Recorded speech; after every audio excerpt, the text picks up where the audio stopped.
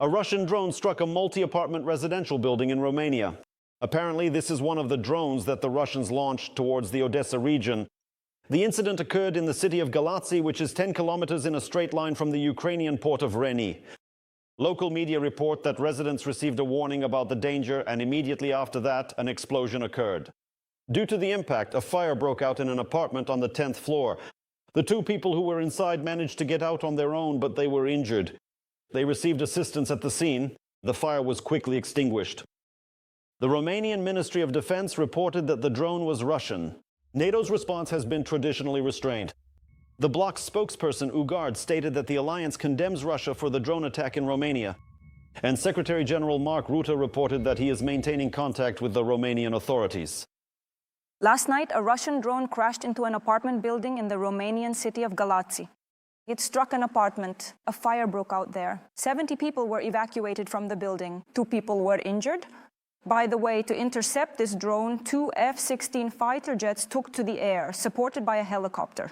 The pilots had permission to engage the target, but unfortunately, the consequences could not be avoided. We are now joined by a serviceman of the Armed Forces of Ukraine, military analyst Oleksandr Musiienko. Mr. Oleksandr, welcome. Thank you. What conclusions do you draw from this attack, from this strike by a Russian drone on Romania? Of course, at that time, the Odessa region was being bombarded by the Russians. It's only 20 kilometers literally to the city of Galați from our border, but nevertheless, these are the results.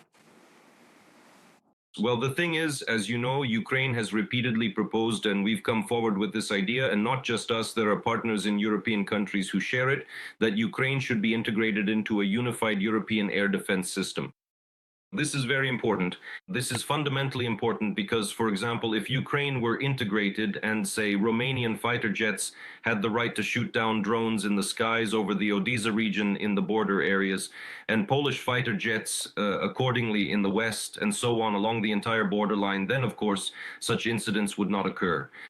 But unfortunately, this is not the case yet, although work on it is ongoing.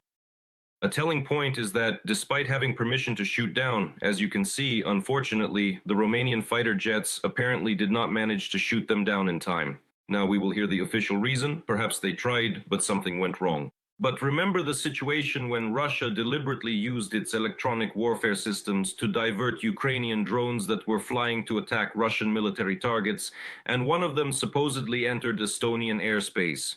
At that time, Romanian fighter jets shot them down because they considered it a threat.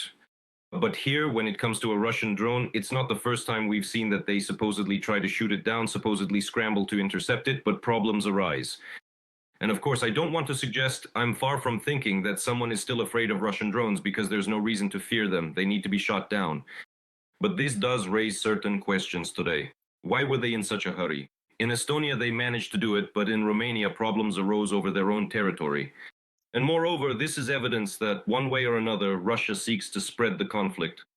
It seeks to do this over the Baltic countries using various methods, either by deliberately violating the airspace of the Baltic states with its own drones, or by employing so-called spoofing by faking GPS signals and coordinates, intentionally and purposefully redirecting those Ukrainian drones that are lawfully flying to attack Russian military targets. They seek to spread this conflict, they seek escalation, they seek to intensify the situation. That is why, of course, this is a reason for our partners to respond appropriately, starting to implement at least these ideas I mentioned, closing the skies at least over, say, a 50 or 100-kilometer zone near the borders of Romania, as well as Poland and Slovakia. Well, as for Hungary, we understand that the situation there is still a bit different for now, although I believe that things will change there as well. And the reason why this still hasn't happened lies exclusively in the political sphere, or could there be some organizational issues as well?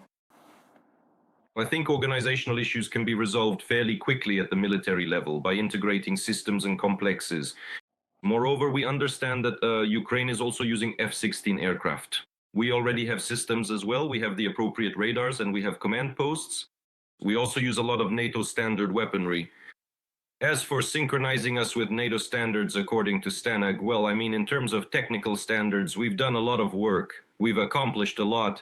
We now have an institution called ARES, established under the Commander-in-Chief of the Armed Forces of Ukraine. This is an advisory body made up of top Western generals, former NATO generals from various countries who help us master Western standards and NATO doctrines. And of course, they also learn from our experience, which we are implementing.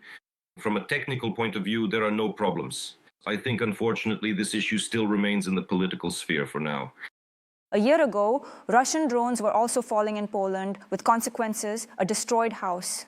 And now this is happening in Romania. It seems that soon joint patrols will be needed not so much by us, but by our neighboring countries, which obviously still lack the relevant experience in dealing with such targets. Or am I mistaken? Well, let me tell you this about experience.